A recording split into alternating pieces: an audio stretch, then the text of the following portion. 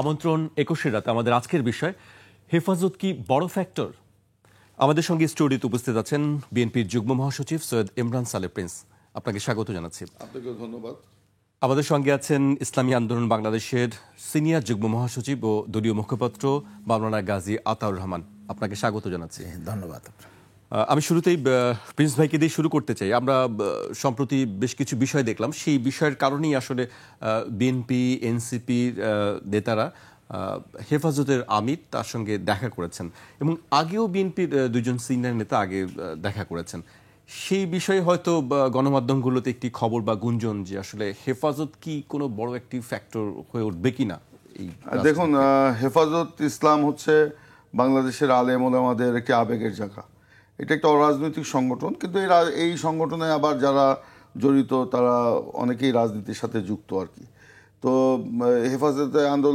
হেফাজতে ইসলাম যেটা তারা আপনার আন্দোলন করেছিল, সেই আন্দোলন বাংলাদেশে যখন ইসলাম এবং ধর্ম যখন বিপন্ন হতে চললো, যখন ব্লগাররা আমাদের নবী করিম সাল্লাল্লাহু আলাইহি সাল্লামকে নিয়ে বিরূপ মন্তব্য করা শুরু করলেন এবং একই সাথে ইসলাম সম্পর্কে নেতিবাচক একটা ধারণা মানে তারা লেখালেখি শুরু করলেন, তখন থেকেই কিন্তু এই যে হেফাজতে ইসলাম আন্দোলন করছিল বাংলাদেশে ইসলামকে প্রতিষ্ঠা করার জন্য বা ইসলামী যে মূল্যবোধ এবং সংস্কৃতি এটাকে জারি রাখার জন্য।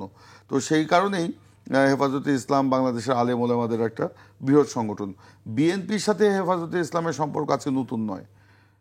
যারা আজকে হেফাজতে ইসলাম করছেন, যেসব রাজনৈতিক দলের নেতা, তারা কিন্তু সব আমাদের ২০ দলীয় জোটের সাথেই ছিলেন এবং হেফাজতে ইসলাম যখন এই আন্দোলনটা শুরু করলো, তারা যখন আওয়ামী ফ্যাসিবাদের কবলে পড়লো, নির্মম দমন নিপীড়নের শিকার হলো, শাপলা চত্বরে যখন তাদেরকে মুহুর্মুহু গুলি করে তাদের আলেম ওলামাদেরকে হত্যা করা হলো, শিশুদেরকে হত্যা করা হলো, তাদেরকে নিপীড়নের মধ্যে ফেলা হলো, সেই সময় কিন্তু বিএনপি তাদের পাশে দাঁড়িয়েছিল এবং তার আগে এবং পরে বিএনপি সবসময় তাদের পাশে ছিল, নতুন নয়।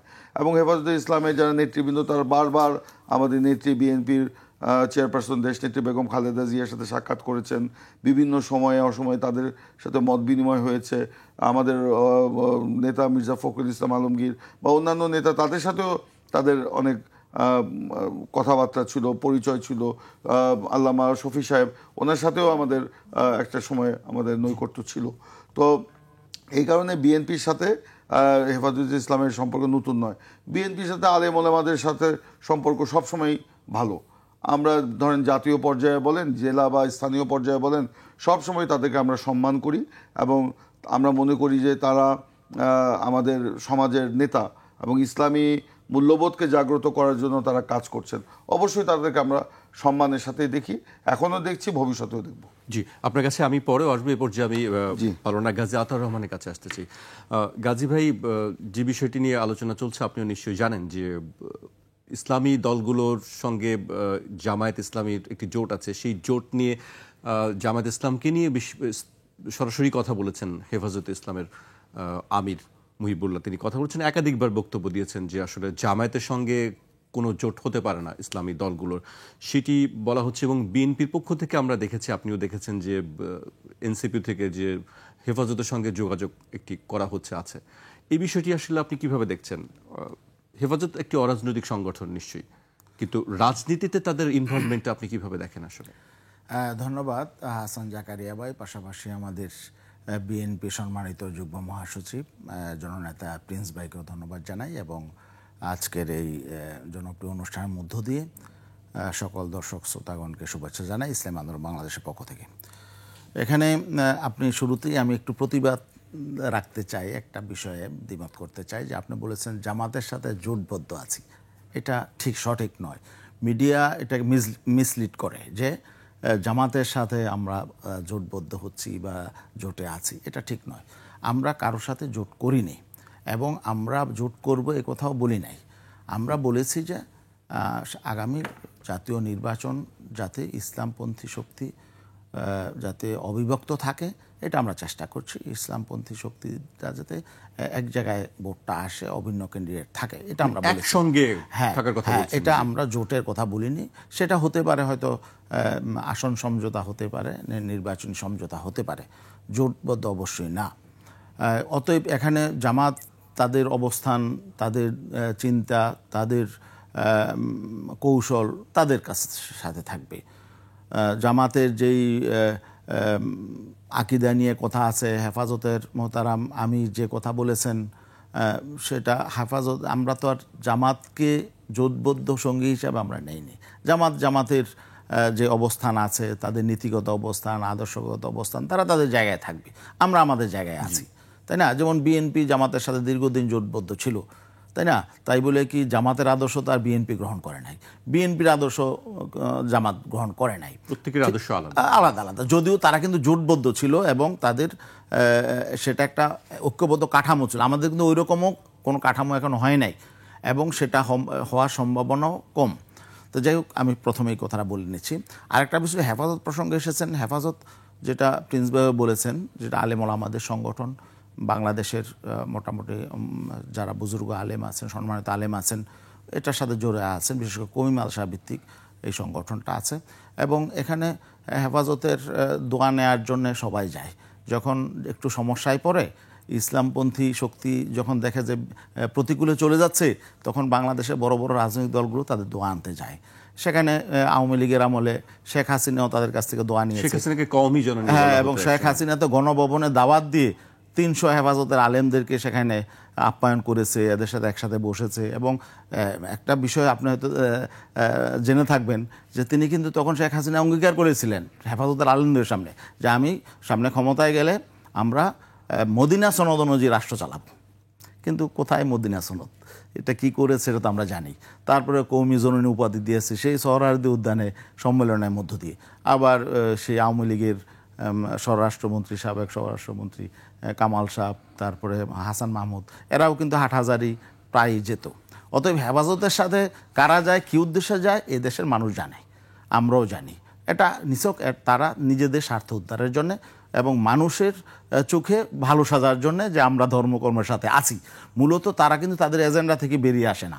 যখন বিএনপি নেতা, প্রধান নেতা তো এখন তারেক রহমান সাহেব, তিনি যখন বললেন যে বাংলাদেশে যাতে মৌলবাদীদের অভয়ারণ্য না হয়, আবার এদিকে আমাদের বিএনপির মহাসচিব মির্জা ফখরুল ইসলাম আলমগীর সাহেব যখন প্রথম আলোর সাথে সাক্ষাৎকারে বললেন যে বাংলাদেশের দক্ষিণপন্থীদের উত্থান হচ্ছে, এই জন্য আমি উদ্বিগ্ন।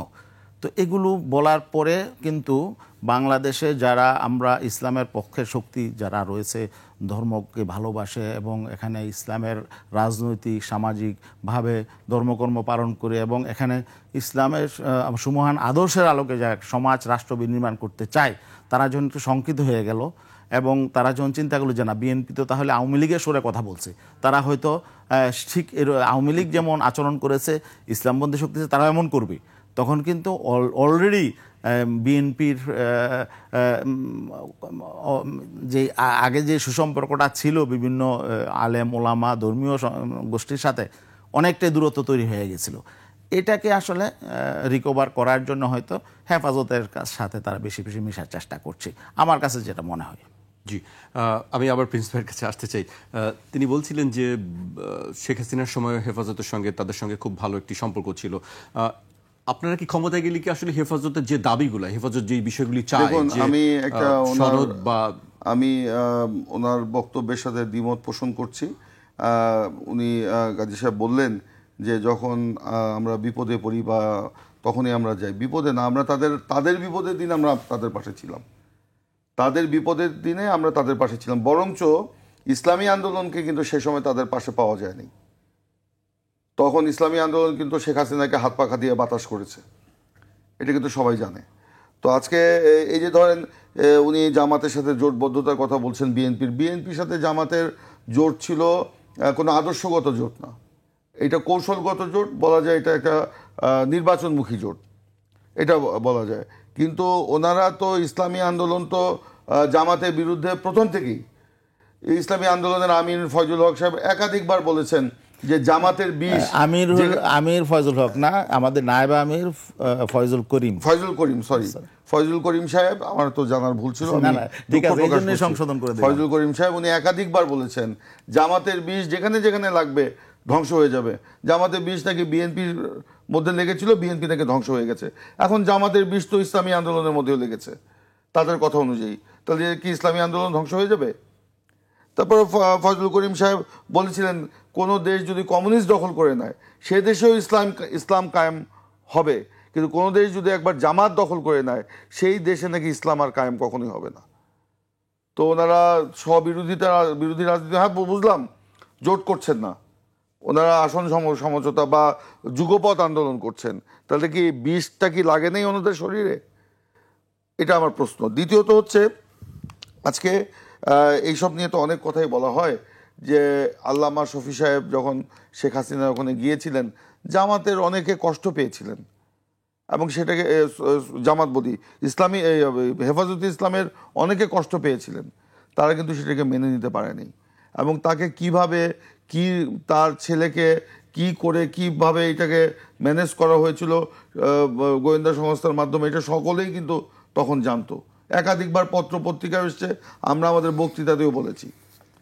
তা আজকে যখন হেফাজতে ইসলামের যখন নেতৃবৃন্দ জেল থেকে যখন বেরিয়ে আসলো, তখন আসার পরে তারা সকলে বসে নতুন করে যখন হেফাজত ইসলামকে তারা মানে আগের জায়গায় নিয়ে যাওয়ার চেষ্টা করলেন, এবং আমাদের সাথে পরামর্শ করেছেন, অন্যরা ইসলামী দলগুলোর সাথেও তারা পরামর্শ করেছে, তাদের সাথে সম্পর্ক তো আমি আগেই বলেছি নতুন নয়।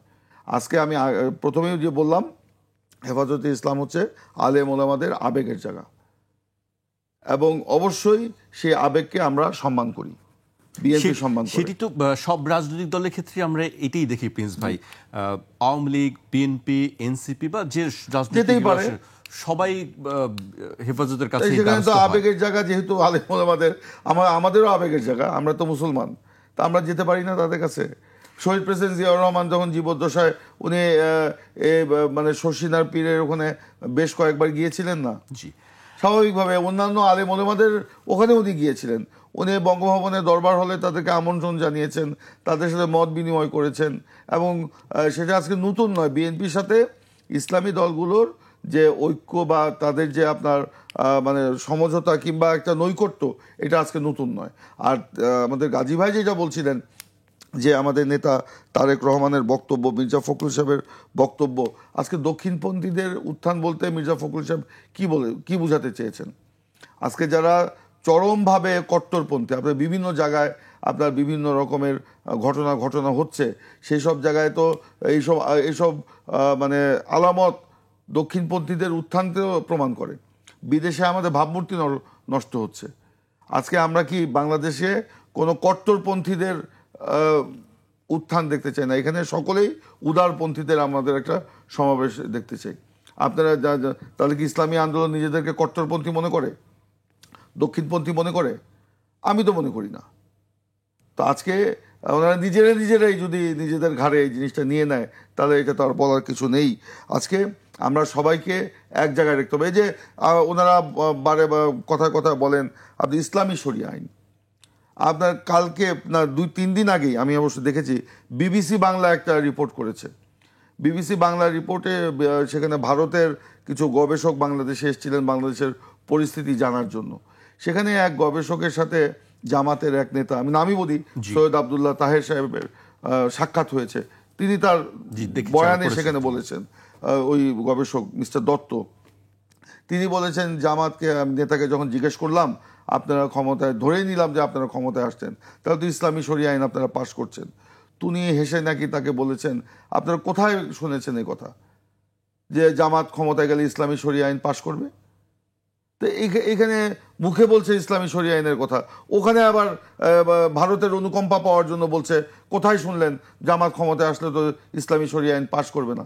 সেই জামাতের সাথে ইসলামী আন্দোলন খুব এখন সম্পর্ক, আগে তো ওনাদের সাপে নেউলে সম্পর্ক ছিল, sorry to say this language. তো এখন এইটা কি ওনাদের এই জোট বা এই সমঝোতা বা এই আন্দোলনটা কি নৈতিক না অনৈতিক?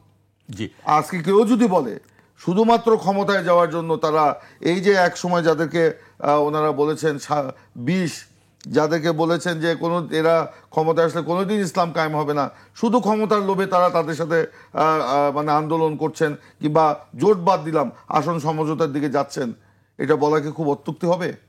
জি প্রিন্স ভাই, আপনার কাছে আবারও আসবে পর্যায়ে আমি গাজী ভাইয়ের কাছে আসতে চাই। বেশ কিছু প্রশ্ন রেখেছেন প্রিন্স ভাই, আপনি কোন প্রশ্নের উত্তর দিতে চান বা কোনটা দিয়ে শুরু করতে চান? হ্যাঁ জি, না এখানে আমি যেহেতু হেফাজত নিয়ে প্রথম আলোচনাটা সূচনা হয়েছিল এবং প্রিন্স ভাই জোরের সঙ্গে বলছেন যে সবসময় তারা হেফাজতের পাশে ছিলেন, কিন্তু আমরা যেটা দেখি যে হেফাজত যখন বিপদগ্রস্ত হয়েছে ওনাদের কারণে, হেফাজতের পাশে বিপদের সময় ওনারা ছিলেন না।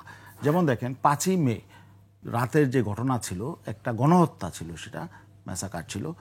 সেই 5ই মে সন্ধ্যায় কিন্তু ওনাদের নেত্রী বেগম খালেদা জিয়া বলেছিলেন জাতির উদ্দেশ্যে ভাষণ দিয়ে যে এই হেফাজতের যারা এখানে আছেন তাদের পাশে যাতে বিএনপির নেতাকর্মী, জনগণ, ঢাকাবাসী সবাই যাতে তাদের পাশে দাঁড়ায়। সন্ধ্যায় এই কথা বলেছেন, কিন্তু বিএনপির কেউ কিন্তু তাদের কাছে আসে নাই এবং বিএনপির নেতাকর্মীরা বেগম জিয়ার নির্দেশনা অনুযায়ী যদি ওই দিন হেফাজতের পাশে দাঁড়াতো তাহলে হেফাজতের এমন ম্যাসাকারটা সরকার করা সাহস পায় না, বরং সেদিনই অভ্যুত্থান হয়ে যেতে পারতো, তাই না? তো অতএব সেদিন দেখা গেল যে একাই মাদ্রাসার ছেলে, মাদ্রাসার শিক্ষকরা সেদিন একাই সেখানে জীবন দিয়েছে, বিএনপির কেউ আসে নাই, বেগম জিয়ার সেই ঘোষণার পরে কেউ আসে নাই। বরং আমরা যা শুনলাম যে ভিতরে ভিতরে তাদের আলোচনা ছিল যে এখন যদি বিএনপি নামে তাহলে আর্মি আসবে, অথচ সামনে নির্বাচন, তাহলে নির্বাচনটা বানচাল হয়ে যাবে। তখন তারা কৌশলগত কারণে বেগম জিয়ার সেই বক্তব্যের নির্দেশনার আলোকে সেটা বাস্তবায়ন হয় নাই। যাই হোক, তারপরে এমন ম্যাসাকার হলো এবং দেখা গেল যে হেফাজত ওই 5ই মের ঘটনার পরে কিন্তু কোণঠাসা হয়ে গেল এবং বাধ্য হইল তখন যারা ক্ষমতায় ছিল বিভিন্ন সময়, যেহেতু মসজিদ মাদ্রাসার সাথে তারা আছে, সমঝোতা করে টিকে থাকার জন্য। এবং এই জন্যই কিন্তু এক এক করে হেফাজতের মধ্যে যে রাজনৈতিক দলগুলো ছিল এগুলো কিন্তু পরবর্তী বিএনপির এই জোট থেকে বেরিয়ে গেছে তাদের অসহযোগিতার কারণে। এবং জমিয়ত ওলামা ইসলাম এখন তাদের সাথে সম্পর্ক আছে, তারা কিন্তু সাংবাদিক সম্মেলন করে বেরিয়েছে এবং সেখানে বলেছে যে সেখানে দুইটা অজুহাত দিয়েছে। এক হলো যে অভিযোগ, এক হলো যে বিএনপি যেহেতু শরিয়া আইনে বিশ্বাস করে না, এটা বলেছে বিএনপি মহাসচিব, এই জন্য আমরা তাদের সাথে থাকতে পারি না। এবং অসহযোগিতার কথা বলেছে যে তারা আমাদেরকে অবমূল্যায়ন করে, অসহযোগিতা করে। এই অভিযোগ দিয়ে জমিয়ত উলামা ইসলাম সাংবাদিক সম্মেলন করে বেরিয়ে এসেছে এবং ইসলামী ঐক্যজোট ইঞ্জিনিয়ার ইনস্টিটিউটে সম্মেলন করে সেখানে তারেক জিয়ার এবং কি বলে এটা বেগম জিয়ার বিচার চেয়ে তারা সেখানে বেরিয়ে এসেছে সেখান থেকে। অতএব তাদের সাথে যদি সুসম্পর্ক, সহযোগিতা আমরা মনোভাব থাকতো তাহলে তারা কিন্তু তাদের কাছ থেকে বেরিয়ে আসতো না সেই সময়। এখন হয়তো তারা আবার বিভিন্ন কৌশল করে তাদেরকে আবার কাছে টানার চেষ্টা করছে, কিন্তু বাস্তবতা হলো হেফাজতের পাশে তারা ছিল না, যে কারণে হেফাজত পর্যুদস্ত হয়েছে, গণহত্যা হয়েছে এবং হেফাজতের অনেক নেতাকর্মী জেলে ছিল। যদি এবং সেটা আসলে তারাই বিপদে না ফেললে, যদি তারা বেগম যে এই ঘোষণা না দিত তাহলে হয়তো তারা প্রোগ্রাম ওইভাবে রাত্রে সেখানে স্টে করতো না, তারা হয়তো তাদের নিরাপত্তার কথা ভেবে হয়তো ওইটা প্রোগ্রাম ক্যান্সেলও করতে পারতো অথবা তারা নিজ নিজ জায়গায় চলে যেতে পারতো। তারা মনে করছে বিএনপি বড় দল, তারা যেহেতু বিএনপি নেত্রী ঘোষণা দিয়েছে নিশ্চয়ই তারা আমাদের পাশে থাকবে এবং আমরা এভাবে হয়তো বিপদগ্রস্ত হব না। কিন্তু দেখা গেল যে তারা রাজনৈতিকভাবে হেফাজতকে ব্যবহার করতে গিয়ে হেফাজতকে বিপদের মধ্যে ফেলে দিয়েছে। আমার মনে হয় সামনেও তারা এই কৌশলই করছে, হেফাজতকে ব্যবহার করে তারা রাজনৈতিক স্বার্থসিদ্ধি করতে চায়। আর নয়তো এখন তারা হেফাজতের জন্য এত মায়াকান্না হবে কেন তাদের? এখন তো হেফাজত বিপদে নাই, যখন বিপদে ছিল তখন কিন্তু তারা হেফাজতের পাশে গিয়ে দাঁড়ায় নেই। এখন তারা গেছে কেন? ভোটের রাজনীতিতে সুবিধা আদায়ের জন্য। আমরা যেটা মনে করি, আমরা নীতিগতভাবে আমরা ইসলামের পক্ষে সবসময় রাজনীতি করি। ইসলাম আছে। এখন জামাতের কোন নেতা কি বললো এই দায়িত্ব আমরা নিব না, এটা তাদের বিষয়। জামাতের রাজনীতি আমরা করি না, জামাতের আদর্শ নীতি সেটা তাদের বিষয়। আমরা জনপ্রত্যাশার আলোকে, জনগণ এখন চাচ্ছে, মানুষের পারসেপশন হলো 5ই আগস্টের পরে ইসলামী শক্তি বিভক্ত মানুষ দেখতে চায় না, বিভক্ত দেখতে চায় না। এজন্য ওনারা যেমন রাজনৈতিক হাসান ভাই, ওনারা যেমন রাজনৈতিক স্ট্র্যাটেজি গ্রহণ করতে পারে, আমরা একটা রাজনৈতিক দল হিসেবে আমরা স্ট্র্যাটেজি গ্রহণ করতে পারি না। ওনাদেরটা শুদ্ধ হয়ে গেলে আমাদেরটা অশুদ্ধ হবে কেন, তাই না? তো ওনারা দীর্ঘদিন পর্যন্ত অতএব এটা হ্যাঁ সময়ের যখন তখন 20টা ছিল 20, এখন এটা মধু। এই হলো ইসলামী আন্দোলন। না এখন মধু কেন মধু হবে? আমাদের নেতা ফয়জুল করিম সাহেব শুনেন, ওই বক্তব্যের জন্য ক্ষমা চান, শোনেন প্রিন্স ভাই, অথবা বলেন না আমাদের বক্তব্য প্রিন্স ঠিক ভাই আছে। ক্ষমা চাওয়ার প্রশ্ন আসে না। প্রিন্স ভাই, আমি বলি খালেদ মহিউদ্দিনের সাথে একটা দীর্ঘ সাক্ষাৎকার দিয়েছেন ফয়জুল করিম সাহেব, তখন এই প্রসঙ্গটা এসেছিল। তখন বলেছে জামাতের আকীদা, জামাতের চিন্তা, জামাতের আদর্শ তাদের কাছে, আমাদের আমরাও আমাদের অবস্থান থেকে সরি নাই, তারাও তাদের অবস্থান থেকে সরে নাই। অতএব এখানে এখন দেশের স্বার্থে জনগণের প্রত্যাশার আলোকে এই দেশে ইসলামপন্থী মানুষের মতামতকে শ্রদ্ধা জানিয়ে আমরা এখন একটা রাজনৈতিক স্ট্র্যাটেজি গ্রহণ করেছি। অতএব এটা দূষণীয় কিছু না। এরকম সকল রাজনৈতিক দলই এরকম সম্পর্ক, এক দলের সাথে আরেক দলের সম্পর্ক এটা সৃষ্টি করেছে অতীতে, ভবিষ্যতেও হতে পারে। জি, গাজী ভাই, প্রিন্স ভাই আপনার কাছে দুটি প্রশ্ন রাখতে চান, আপনি কি সেই প্রশ্নটি? না, আমি যেটা প্রশ্ন বলতে চাই, না তার প্রশ্নটা পরেই করি। আচ্ছা, আমি আমার বক্তব্যের পরে ওনার কাছ থেকে উত্তরটা নিব। তিনি বলেছেন যে হেফাজতের পাশে নাকি আমরা 5ই মে ছিলাম না। এটা সম্পূর্ণ বানোয়াট এবং ভিত্তিহীন। সেই 5ই মে কি পরিস্থিতি ঢাকা শহরে হয়েছিল, আপনি সাংবাদিক, এই ইটিভির সামনে দিয়েই তো হয়েছিল, আপনারা সেগুলো জানেন। রিপোর্টারও আক্রান্ত হয়েছিল এবং সেখানে সারা দিন গুলি কিভাবে নির্যাতন হয়েছে সাধারণ মানুষের উপরে, পাড়ায় পাড়ায় আমাদের হেফাজতের কর্মসূচি, আমাদের উপরে কেন আক্রমণ? আমরা হেফাজতের যারা ঢাকার বাইরে থেকে আসছিলেন তাদের জন্য পানি, বনরুটি, কলা ইত্যাদি নিয়ে আমরা রাস্তায় রাস্তায়, তাদের শশা ইত্যাদি নিয়ে রাস্তায় পাশে দাঁড়িয়ে তাদেরকে স্বাগত জানিয়েছি। আমরা সেগুলো সরবরাহ করেছি, আমি নিজে করেছি বিএনপি অফিসের সামনে, সাদেক হোসেন খোকা, আব্দুল সালাম সাহেব, আমরা নিজে দাঁড়িয়ে করেছি, অস্বীকার করব না। আমরা তাদেরকে স্বাগত জানিয়েছি। আমার এলাকার জায়গায় এগুলোর কথা বলতে গেলে আমার সময় অনেক লেগে যাবে। তো আমরা ছিলাম না কখন? আজকে যে পরিস্থিতি, কারফিউ, গুলি, মুহুর্মুহু গুলি, সারা ঢাকা শহরে আমাদের উপর যে নির্যাতন হয়েছে, আপনাদের উপর তো সেটা হয় নাই। আমি তো আগেই বলেছি, তখন আপনারা বাতাস দিয়েছেন। আমাদের উপর হবে কেন? আপনারা বারবার এই কথাটা বলেন, আমরা কি ক্ষমতায় ছিলাম? আমরা ক্ষমতায়, আমার শেষ করতে দেন, বলেন, শেষ করতে দেন।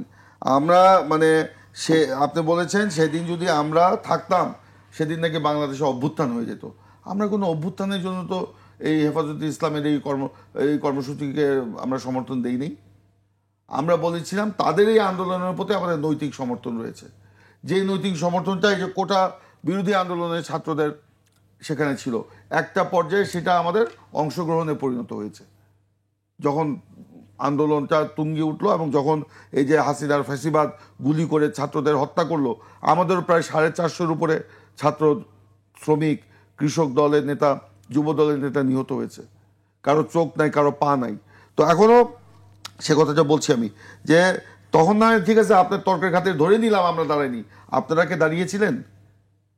আমাদের লোক তো ছিল, আমাদের লোক তো সেখানে বিপদের সময় দাঁড়িয়েছিলেন, সেখানে আমাদের 5 জন লোক সেখানে শহীদ হয়েছে, ছিলাম না মানে আমরা মাঠে ছিলাম, করা হয়েছে। আচ্ছা আসেন, উনি বলেছেন যে বিএনপির আমাদের এই অসহযোগিতার কারণে নাকি ইসলামী দলগুলো বিভিন্নভাবে বেরিয়ে গেছে। সেই সময় গোয়েন্দা সংস্থার সরাসরি তত্ত্বাবধানে তারা আমাদেরকে বলেই গিয়েছে, এই যে ইসলামী দলগুলো দুইটার কথা আমি সরাসরি জানি, আমাদেরকে বলেই গিয়েছে আমরা পারছি না, যখন সুযোগ হবে তখন আমরা আসব। সেই গোয়েন্দা সংস্থার এবং প্রেসারে তারা আমাদের জোট ত্যাগ করতে বাধ্য হয়েছিল। আমরাও দেখেছি, আচ্ছা ঠিক আছে, তারা আলেম ওলেমা মানুষ, মসজিদের মুয়াজ্জিন কিংবা ইমাম কিংবা মাদ্রাসার শিক্ষক, দেখেন এই কথা বলতে গেলে মনে হয়ে গেল, ওনার সাথে একদিন বিএনপি অফিসে আমার কথা হচ্ছিল, ওনারা একটি দাওয়াত নিয়ে গিয়েছিলেন, আমি তখন দপ্তরের দায়িত্বপ্রাপ্ত ছিলাম। তখন কথা প্রসঙ্গে চা খেতে খেতে ওনাকে বললাম যে আপনারাও তো একটা তত্ত্বাবধায়কের অধীনে নির্বাচনের দাবি তুলছেন, আসেন না আমরা একসাথে আন্দোলন করি। তিনি আমাকে উত্তর দিয়েছিলেন, যখন সময় হবে তখন ঠিকই আসবো। এখন আমরা যে আসবো, আমাদের কেউ আলেম, কেউ ওলেমা, কেউ মসজিদের ইমাম, কেউ মাদ্রাসার শিক্ষক, এখন যদি আসি এদেরকে তো ক্র্যাশ করে ফেলবে আওয়ামী লীগ। উনি যদি মনে থাকে ওনার কথাটা, সেই কারণে ওনারা তখন আসতে পারছিলেন না। তো আজকে তখনকার বাস্তবতা তো বুঝতে হবে। আমাদের মায়াকান্না হেফাজতের জন্য নতুন না, মায়াকান্না না, আমরা ফিল করি বিএনপি সেই দল, সত্যিকার অর্থে ফিল করি বাংলাদেশে বাংলাদেশে ইসলামী মূল্যবোধ জাগ্রত হোক, এটা আমরা সর্বোচ্চ চেষ্টা করি। পাশাপাশি অন্য ধর্মের যেন এখানে সমান অধিকার থাকে, তারা যেন ধর্মকর্মের স্বাধীনতা থাকে, সেই সব ধর্মের মানুষের মধ্যে তাদের ধর্মীয় মূল্যবোধ যেন জাগ্রত থাকে, সেটাই আমরা বিশ্বাস করি। জি, আমাকে একটি বিরতিতে যেতে হচ্ছে এই পর্যায়ে, একটি বিরতির পর আবারও ফিরছি। দর্শককে একটি বিরতি দিচ্ছি, বিরতির পর আবারও ফিরবো। 21 রাতে আমাদের সঙ্গেই থাকুন।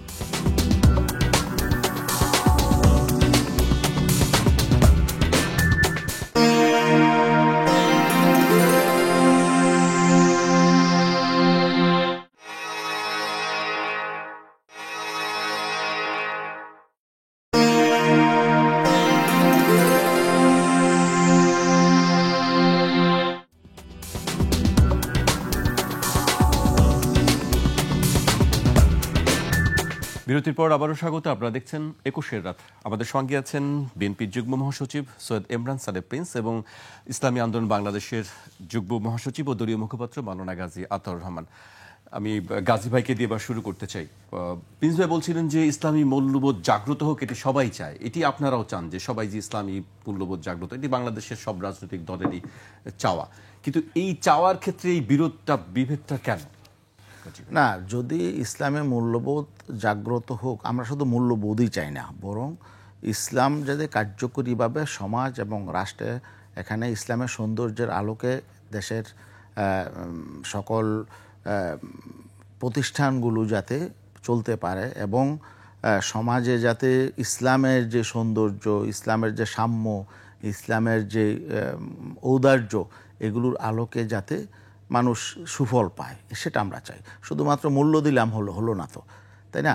এখানে এই জন্যে আমরা এই যে বাংলাদেশে 53 বছরে, বিগত 53 বছরে যে শাসন চলেছে, এখানে সঠিকভাবে কেউই আসলে রাষ্ট্র শাসন করে নাই। তো এ থেকে আমরা এখন বেরিয়ে আসতে চাই। বেরিয়ে আসতে চাইলে আমরা মনে করছি যে এদেশে যেহেতু 92% মানুষ মুসলমান, আর ইসলাম যেহেতু একটা পূর্ণাঙ্গ জীবন ব্যবস্থা, ইসলামে জীবনের সকল সমস্যার সমাধান এখানে আছে, ইসলামের রাষ্ট্র পরিচালনার ব্যবস্থা আছে, অর্থনীতি আছে, সংস্কৃতি আছে।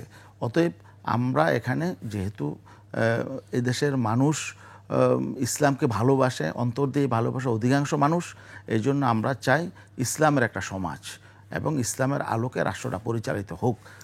এবং বিগত দিনে সকলেই যখন রাষ্ট্র ক্ষমতায় গেছে এরকম বলছে যে আমরা ইসলামী মূল্যবোধ, এগুলো আমরা ইসলামের বিভিন্ন দরদ দেখিয়েছে, কিন্তু পরে তো গিয়া রাষ্ট্র ক্ষমতায় গিয়ে যাওয়ার পরে তারাই বরং ইসলামের শিক্ষা, ইসলামের সংস্কৃতি বিরোধী কর্মকাণ্ড করেছে। এবং বিশেষ করে বাংলাদেশে ইসলামপন্থীদেরকে মৌলবাদী হিসাবে আগে হাসিনা সরকার যেমন ট্রিট করেছে, বরং স্বাধীনতা পরবর্তী ইসলামী শক্তি বিভিন্নভাবে বৈষম্যের শিকার হয়েছে, নির্যাতিত হয়েছে, নিপীড়িত হয়েছে, রাজনৈতিকভাবে, সামাজিকভাবে, অর্থনৈতিকভাবে নিপীড়িত হয়েছে। যারাই ক্ষমতায় গেছে তারাই আসলে সেইভাবে ইসলামী শক্তিটাকে মনে করেছে এরা মৌলবাদী শক্তি, এরা উগ্র শক্তি। অতএব এরা যাতে রাষ্ট্রের কোনো স্ট্রেক তারা না পায়, তো এটা আমরা দেখেছি সকল ক্ষেত্রে, সকল রাজনৈতিক দলগুলো যারাই ক্ষমতায় গেছে তারা এসব করেছে। তো এখানে এই জন্য আমরা চাই যে এখানে প্রধান রাজনৈতিক শক্তি হবে ইসলামী শক্তি, এটা আমরা চাই। এখানে যেহেতু মানুষ ইসলামকে ভালোবাসে, মহাব্বত করে, তো ইসলাম তো খণ্ডিত না, ইসলাম পূর্ণাঙ্গ এবং সেখানে ইসলামের সকল ব্যবস্থাপনা আছে। ইসলামের কিছু মানলাম, কিছু মানলাম না, ইসলামের দরদ দেখালাম, সেটা তো হবে না। এই জন্য আমরা আসলে এখানে দেখছি অতীতে তো অনেক পরীক্ষা নিরীক্ষা হয়েছে, অনেকে ক্ষমতায় গেছে, আবার অভ্যুত্থানের মুখে, আন্দোলনের মুখে এরা ক্ষমতা ছাড়তে হয়েছে। কেন ছাড়তে হয়েছে আমরা সেটা চাই না। গাজী ভাই, ইসলামী পন্থীদেরকে মানুষ আসলে ভোট দেবে কেন? এটা আপনার কাছে কেন মনে হয় যে তারা আপনাদের কাছে ভোট দেবে? হলো এরা নিরাপদ। সবচেয়ে যে মানুষ নিরাপত্তা চায়, ইনসাফ চায়, ন্যায় বিচার করবে, সুশাসন প্রতিষ্ঠা করবে, তাই না? ইসলাম কি? ইসলাম তো ন্যায় বিচার দেয়, এবং নিরাপত্তা দেয়। না, সুশাসন হয়েছে অতীতে ন্যায় বিচার হয়েছে, আদালত কি সঠিক ফয়সালা দিতে পেরেছে, তাই না? সকল আমলে কিন্তু এগুলো হয়েছে। দেখা গেল যে এক সরকারের আমলে ফাঁসির আসামি, পরে সরকারের আমলে সে জামিন পেয়ে সে মুক্ত হয়ে গেছে, তাই না? তাহলে আদালতটা কিভাবে চলেছে? ক্ষমতাসীনদের হুকুম অনুযায়ী আদালত চলেছে এবং দুর্নীতি হয়েছে। এবং দুর্নীতি কারা করেছে? যারা রাষ্ট্র ক্ষমতায় ছিল, তাদের এমপি মন্ত্রীরা এবং তাদের দলীয় যারা ছিল তারা দুর্নীতি করেছে। তো এগুলো মানুষ দেখেছে। এবং যাই ক্ষমতায় গেছে সে ওই দলের এরাই শুধু স্বাধীনতা ভোগ করেছে, অন্যরা বিভিন্নভাবে নির্যাতিত, নিপীড়িত হয়েছে। একদল ক্ষমতায় গেলে আরেক দল ঘরে থাকতে পারতো না, তাই না? এমন যে রাজনৈতিক প্রতিহিংসা অতীতে চলেছে, আমরা সেই রাজনীতি চাই না। আমরা চাই ভবিষ্যতে সকলে মিলে, দলমত ধর্ম এখানে থাকবে, বৈচিত্র্য থাকবে, সবাই মিলে যাতে আমরা ইনসাফ পাই, ইনসাফ কায়েম করতে পারি, সবাই মিলে দেশটাকে এগিয়ে নিয়ে যেতে পারি। এখন একটা দল ক্ষমতায় গেলে আরেক দল আতঙ্কিত থাকবে কেন? সেটা তো আমরা চাই না। অতীতে এগুলো ছিল, 5ই আগস্ট অভ্যুত্থানের পরে সেটা তো আমরা প্রত্যাশা করি না। আর প্রিন্স ভাই বলেছে যে ওই যে 5ই মে 2013-তে তো ওনারা অভ্যুত্থান চান নাই, কিন্তু আমরা চেয়েছিলাম। আমরা ভেবেছিলাম যে ওই দিন অভ্যুত্থান হয়ে গেলে আর এই 12 বছর আর এই নির্যাতন নিপীড়ন ভোগ করতে হতো না। 5ই আগস্টের ঘটনা, ওই 5ই হাত পাখা নিয়ে এসে একটু বাতাস করতেন 13ই মে, নেতাদেরকে।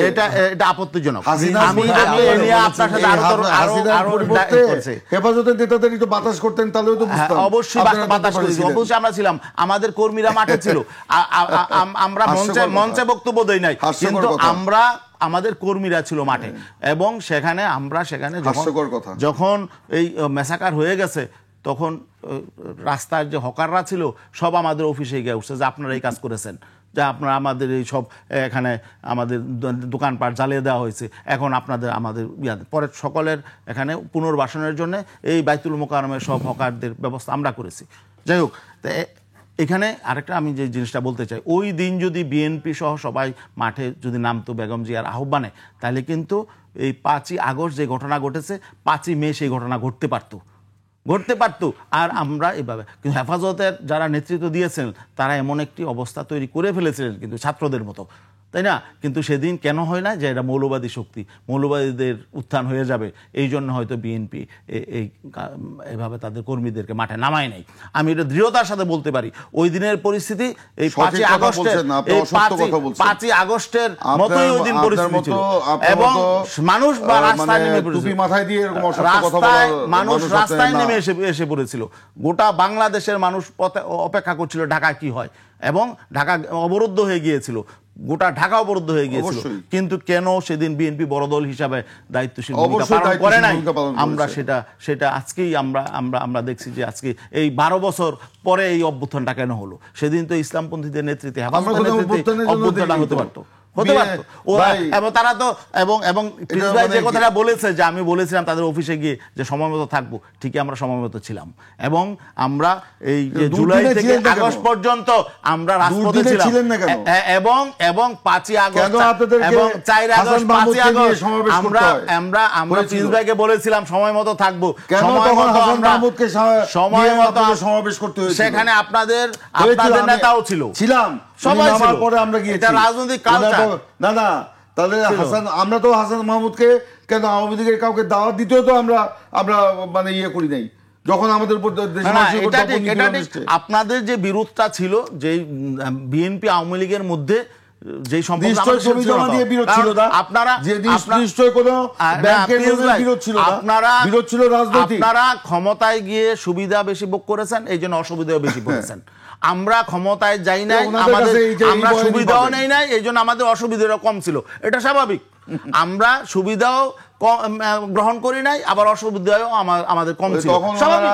আপনার সুবিধা বেশি নিয়েছেন, অতএব সাফার আপনাদের বেশি করতে হবে, যুদ্ধ অপরাধী এইসব বলা হবে, এই ভয়ে তারা নামে নেই। না, আমাদের এটা বলবে কেন? আমাদের তো আমাদের জন্মই হয়েছে 87-তে, মানে আমাদের রাজনৈতিক দলটা জন্ম হয়েছে 1987-তে, অতএব যুদ্ধ আরবদের বলার তো প্রশ্নই আসে না। আমি প্রিন্স ভাইয়ের কাছে আসতেছি, আবার আপনার কাছে আসবো। আমি একটু বক্তব্য উল্লেখ করতে চাই। বিএনপিকে ইঙ্গিত করে ইসলামী আন্দোলনের আমির চরমনাই পীর সৈয়দ মোহাম্মদ রেজাউল করিম বলেছেন, কেউ কেউ আবার নব্য ফ্যাসিবাদী আচরণের চেষ্টা চালাচ্ছে, দিল্লিতে বৃষ্টি পড়লে এদেশে ছাতা ধরার চেষ্টা করছে, দিল্লি বা বিদেশি প্রেসক্রিপশনে দেশ চালানোর অপচেষ্টা শুরু হয়েছে, দেশের মানুষ এসব ষড়যন্ত্র মেনে নেবে না, ঘৃণাভাবে প্রত্যাখ্যান করবে। তিনি শুক্রবার এই বক্তব্য দিয়েছেন। দেখুন, উনি খুবই একজন সম্মানিত ব্যক্তি, ওনার প্রতি সম্মান রেখে বিনয়ের সাথে বলতে চাই, তিনি যে কথাটা বলেছেন এটা অসত্য, বানোয়াট, ভিত্তিহীন কথা, এবং ওনার কাছ থেকে এইসব কথা যখন আসতে থাকে তখন মানুষ কিন্তু ওনার সম্পর্কে বা ওনার দল সম্পর্কে বিরূপ ধারণা পোষণ করে, আমরা করতে চাই না। তো দিল্লিতে বৃষ্টি হলে বাংলাদেশ থেকে যদি কারা ছাতা ধরতো সেটা সবাই জানে, এবং কাদের উত্থান, কাদের পরামর্শে, কাদের প্রেসক্রিপশনে কোন দলের যাত্রা শুরু হয়েছিল, নীরবে নিভৃতে ব্যাকগ্রাউন্ডে পর্দার আড়ালে, এটা কিন্তু সবার কাছেই খবর আছে, এগুলো নিয়ে নতুন করে বলার কিছু নেই। তৃতীয়ত বলছি যে দিল্লির সাথে যদি বিএনপির সখ্যতাই থাকতো, দিল্লিতে বৃষ্টি হতে যদি বাংলাদেশ থেকে বিএনপি ছাতা ধরতো, এই 15 বছর বিএনপিকে রাজপথে দমন নিপীড়নের শিকার হতে হতো না, গুম নির্যাতনের শিকার হতে হতো না, বেগম খালেদা জিয়াকে ফরমায়েশি রায়ে জেলখানায় নিয়ে তার 25 মাস জেলে রেখে তার জামিনের অধিকার কেড়ে নিয়ে, তার চিকিৎসার সুযোগ কেড়ে নিয়ে মৃত্যুর মুখোমুখি ধাবিত হতো না, তারেক রহমানকে বিদেশে নির্বাসিত জীবনযাপন করতে হতো না, এমনকি আমাদের যারা গুম হয়েছে এখনও প্রায় 57 জনের কোনো খবর আমরা পাই নাই, তাদেরকে গুম হতে হতো না, নির্যাতন নিপীড়নের শিকার হতে হতো না, যদি সামান্যতম তাদের সাথে আমরা মাথা নত করতাম। এরকম অনেক প্রপোজাল ছিল বিএনপির কাছে, সেসব প্রপোজাল বিএনপি ঘৃণাভরে প্রত্যাখ্যান করেছে। আসেন, তিনি বলেছেন বাংলাদেশ, উনি যেসব কথা বলেছেন তারা বাংলাদেশে তাহলে ইসলামী শাসন কায়েম করতে চান। এটা সরাসরি না বলে তিনি বলেছেন 53 বছরের শাসন তারা দেখিয়েছেন, সেখান থেকে বের হয়ে আসতে চান এবং সেখানে আপনার ইসলামী শাসনের কথাই বলেছেন যা তারা বাস্তবায়ন করতে চান। বাংলাদেশ একটা গণতান্ত্রিক রাষ্ট্র, মহান মুক্তিযুদ্ধের মধ্য দিয়ে এই রাষ্ট্রটির সৃষ্টি হয় এবং বাংলাদেশ সকল ধর্ম বর্ণের মানুষের দেশ। এখানে ভিন্ন ভিন্ন ধর্মের মানুষের অবস্থান রয়েছে, ভিন্ন ভিন্ন ভাষার মানুষের অবস্থান রয়েছে, ভিন্ন ভিন্ন সংস্কৃতির মানুষের অবস্থান রয়েছে। এইখানে আমরা সেই জন্য বাংলাদেশকে একটা গণতান্ত্রিক রাষ্ট্র হিসাবেই আমরা মেনে নিই এবং সেই গণতান্ত্রিক রাষ্ট্রে আমরা সকল ধর্মের মূল্যবোধ, সকল সংস্কৃতির মূল্যবোধকে আমরা সম্মান করি। সেই জন্যই শহীদ প্রেসিডেন্ট জিয়াউর রহমান সেই স্বাধীনতা পরবর্তীকালে 75-এর পরে যখন ওনার কাছে দায়িত্ব ন্যস্ত হয় 7ই নভেম্বর সিপাহী জনতার বিপ্লবের মাধ্যমে, তিনি তখন সমগ্র বাংলাদেশকে ঐক্যবদ্ধ করার জন্য বাংলাদেশি জাতীয়তাবাদের মাধ্যমে ঐক্যবদ্ধ করার চেষ্টা করেছিলেন এবং সেই কারণেই সেই সময়ে তিনি, যেহেতু মুসলিম সংখ্যাগরিষ্ঠ দেশ, সেই জন্য তিনি সংবিধানে সর্বপ্রথম বিসমিল্লাহির রহমানির রহিম সংযোজন করেছিলেন এবং যেখানে ধর্মনিরপেক্ষতা ছিল সেটা কেটে সেখানে বাদ দিয়ে সেখানে ধর্মীয় মূল্যবোধ এবং সর্বশক্তিমান আল্লাহর প্রতি আস্থা ও বিশ্বাস স্থাপন করেছিলেন। অর্থাৎ আমাদের মুসলিম যারা আমরা করব তারা আমাদের আল্লাহর প্রতি আস্থা বিশ্বাস থাকবে এবং অন্যান্য ধর্মের যে মূল্যবোধ সেটা যেন এখানে জাগ্রত থাকে, সেটাও কিন্তু তিনি সেখানে স্থান করেছিলেন। পরবর্তীতে বেগম খালেদা জিয়া 2017 সালে তিনি ভিশন 2030-তে বাংলাদেশে সকল ধর্ম বর্ণ নির্বিশেষে একটা ইনক্লুসিভ বাংলাদেশ করার জন্য রেইনবো সোসাইটি নেশনের কথা তিনি বলেছেন। সকল ধর্মের যে এখানে বৈচিত্র্য রয়েছে, সকল সংস্কৃতির যে বৈচিত্র্য রয়েছে, সবকে একত্রিত করে উনি এখানে একটি একটা নতুন দেশ, নতুন জাতি গঠনের জন্য তিনি আহ্বান জানিয়েছিলেন এবং পুনর্গঠনের তিনি আহ্বান জানিয়েছেন। সে কারণে রিকনসিলিয়েশন কমিশন গঠনের কথাও কিন্তু তিনি তার ভিশন 2030-তে আপনি উল্লেখ করেছিলেন। তারেক রহমান তিনি নতুন বাংলাদেশ গড়তে চান এইসবের বাংলাদেশি জাতীয়তাবাদের আলোকে। বেগম খালেদা জিয়ার সেই সকল জাতি গোষ্ঠীকে একত্রিত করে, সকল ধর্মের মানুষকে, সকল সংস্কৃতির মানুষকে একত্রিত করে রেইনবো নেশনের যে স্বপ্ন দেখেছিলেন সেটাকে করে তিনি আজকে নতুন বাংলাদেশ গড়ার লক্ষ্যে তিনি একটা পথযাত্রা শুরু করেছেন। তিনি সেখানে সকলকে আমন্ত্রণ জানিয়েছেন। এখন বাংলাদেশে যদি আমরা এখন শুধুমাত্র, আমরা তো বলেছি যে ইসলামী মূল্যবোধ থাকবেই, সর্বোচ্চ সম্মান ইসলামী মূল্যবোধের প্রতি। উনি বলেছেন শুধু মূল্যবোধ থাকলে হবে না, মূল্যবোধ থাকলে ইসলাম এখানে ঠিক থাকবে, জাগ্রত ঠিক থাকবে। ইসলামী সংস্কৃতির বিকাশ যদি আমরা ঘটাতে পারি সেটা করতে হবে। সেই কারণে আমাদের এই যে আজকে আমাদের গণতান্ত্রিক বাংলাদেশে, গণতান্ত্রিক রাষ্ট্রের যে চরিত্রকে ওনারা পাল্টাতে চান সেটার সাথে আমরা একমত নই। আমরা সকলে মিলে দেশটাকে গড়তে চাই যেখানে ইসলামী মূল্যবোধ থাকবে মুসলিম জনগোষ্ঠীর মধ্যে, হিন্দু জনগোষ্ঠীর মধ্যে হিন্দু ধর্মীয় মূল্যবোধ থাকবে, বৌদ্ধ জনগোষ্ঠীর মধ্যে বৌদ্ধ ধর্মীয় মূল্যবোধ থাকবে, খ্রিস্টান জনগোষ্ঠীর মধ্যে খ্রিস্টীয় ধর্মীয় মূল্যবোধ থাকবে। এই ক্ষেত্রে এই জিনিসটাই তো ক্লিয়ার করে আমরা বলেছি। জি, একেবারে শেষ পর্যায়ে চলে এসেছি। আমি গাজী ভাইকে দিয়ে শেষ করতে চাই। প্রিন্স ভাই যেটি বলছিলেন যে আপনারা যেভাবে পরিবর্তন করতে চান বাংলাদেশকে, সেটির সঙ্গে বিএনপি একমত নয়, আপনি কি বলবেন? না, এখানে প্রিন্স ভাই কিছু কথা বলেছেন এবং আরেকটি কথা বলছি যে বিএনপি ক্ষমতায় আসলে কোরআন সুন্নাহ বিরোধী কোনো আইন প্রণয়ন হবে না, সেটা আমরা আরো ভাবে ক্লিয়ার করেছি। এখানে কোরআন সুন্নাহ বিরোধী কোনো আইন প্রণয়ন হবে না, ইসলাম বিরোধী কোনো আইন, কোরআন সুন্নাহ বিরোধী যে আইন আছে এখন সেগুলো কি করবেন? সেগুলি সংসদে গিয়ে পরিবর্তন করে, সংসদে গিয়ে পরিবর্তন করে।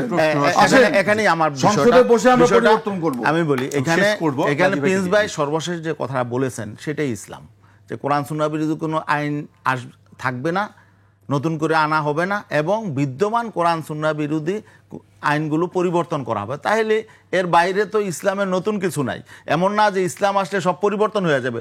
ইসলাম আসলে এখানে হিন্দু বৌদ্ধ খ্রিস্টান এদেরকে দেশ ছেড়ে চলে যেতে হবে, এরা তাদের ধর্মকর্ম পালন করতে না, এরা বরং বেশি নিরাপত্তা পাবে। এবং দেখেন ইসলামের শাসন তো ছিল আল্লাহ রাসূলের আমলে। দেখেন মদিনায় যখন আল্লাহ রাসূল ইসলাম কায়েম করলেন তখন তো অন্য ধর্মের লোক ছিল না, বরং তারা সংখ্যাগরিষ্ঠ ছিল, মুসলমানরা সংখ্যালঘু ছিল। সেই সংখ্যাগরিষ্ঠ যারা ছিল, ইহুদি ছিল, অগ্নিপূজক ছিল, অন্যান্য কিতাব আহলে কিতাব ছিল, খ্রিস্টান ছিল, তারা ছিলেন। তারা আল্লাহর রাসূলের সেই ইসলামী সেই শাসনের মধ্যেই তারা নিরাপত্তা লাভ করত এবং অন্য রাষ্ট্র থেকে এখানে নিরাপত্তার জন্য আল্লাহ রাসূলের সেই রাষ্ট্রে আসতেন। তাহলে বোঝা গেল যে ইসলামী রাষ্ট্র হলে অন্য ধর্মের প্রতি আরো সম্মান শ্রদ্ধা বাড়বে, তাদের নিরাপত্তা বাড়বে, বরং তারা এখানে নিরাপত্তাহীন হবে না। এখন বাকি এখন গণতন্ত্রের কথা বলে কি করা হচ্ছে? গণতন্ত্রের কথা বলে যারা ক্ষমতায় যায় তাদের সংখ্যালঘুদের শাসন হয় এবং অন্যরা এখানে নির্যাতিত হয়। আমরা তো গণতন্ত্র আমি বলি এখানে অবশ্যই না, এই জন্য আমরা পিয়ারের কথা এনেছি। সংখ্যাগরিষ্ঠদের শাসন অবশ্যই না, পিয়ার নিয়ে যেটা করলেন 40-42% শাসন। আমরা যদি গণতন্ত্রের কথা বলেন তাহলে আমরাই সঠিক গণতন্ত্র, শতভাগ মানুষের গণতন্ত্র। আরেকটা বিষয় হলো আমরা তো এখানে জোর করে ক্ষমতায় যেতে চাই না। হ্যাঁ, আমরা মানুষের সামনে আমাদের আদর্শ তুলে ধরছি। জনগণ যদি আমাদেরকে ম্যান্ডেট দেয় তাহলে জনগণ আমাদের আদর্শ দেখে, আমাদের ইশতেহার দেখে তারপরে তো দিবে, তখন আমরা সেটা ইমপ্লিমেন্ট করবো। এটাই তো গণতন্ত্র, তাই না? অতএব এটাই গণতন্ত্র। এখানে বিরোধের কিছু নাই। নির্বাচনে আসেন, জনগণের কাছে যান, জনগণ যদি আপনাদেরকে ভোট দেয় সেলুট দিয়ে ক্ষমতায় বসিয়ে আসবেন। আলোচনা চলতে থাকবে, আরো আলোচনা হবে। আজকে আমাকে এখানেই শেষ করতে হচ্ছে। আপনাদের দুজনকে অনেক ধন্যবাদ আমাদেরকে সময় দেওয়ার জন্য। ধন্যবাদ দর্শক, আজ এখানেই শেষ করছি। কাল আবার দেখা হবে ঠিক রাত 12টায়। আপনারা সবাই সুস্থ থাকুন, নিরাপদে থাকুন, আর 21-এর সঙ্গে থাকুন।